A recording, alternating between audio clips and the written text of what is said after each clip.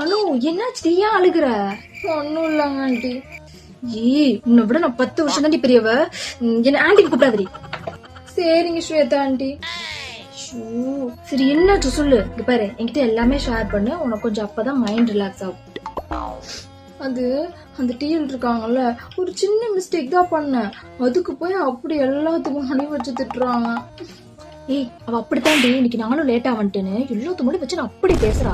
நான் வேலையை விட்டு போகும்போது அவளை விட்டு கிளி கிளி நாக்கப்படுங்கிற மாதிரி கேள்வி கேட்கல. என் பேர் ஸ்வேதா இல்ல. இப்ப இருக்குது அவளுக்கு.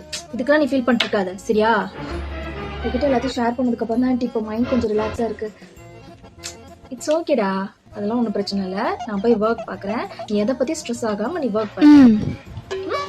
சரி. The next day. அனு, என்ன பத்தி பயங்கரமா வெளியே பேசிட்டு இருக்கீங்க போலயே.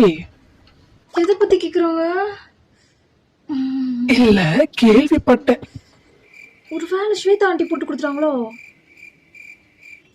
சச்சா, அவங்க அப்படிலாம் பண்ண மாட்டாங்க. சமாளிப்போம். என்ன யோசிச்சுட்டு இருக்கீங்க? ஆமா ஆமா, உங்களை பத்தி எப்பவுமே எல்லார்கிட்டயும் பெருமையா தான் பேசுவேன். ஆமாமா, நீங்க எப்படி எல்லாம் பெருமையா பேசுறீங்க. நேத்தே ஸ்வேதா கால் பண்ணி சொல்லிட்டாங்க. முட்டி திக்குடி கும்பல, நீ பேசினதெல்லாம் நான் பேசுற மாதிரி போன பண்ணி மாட்டி விட்டியடி.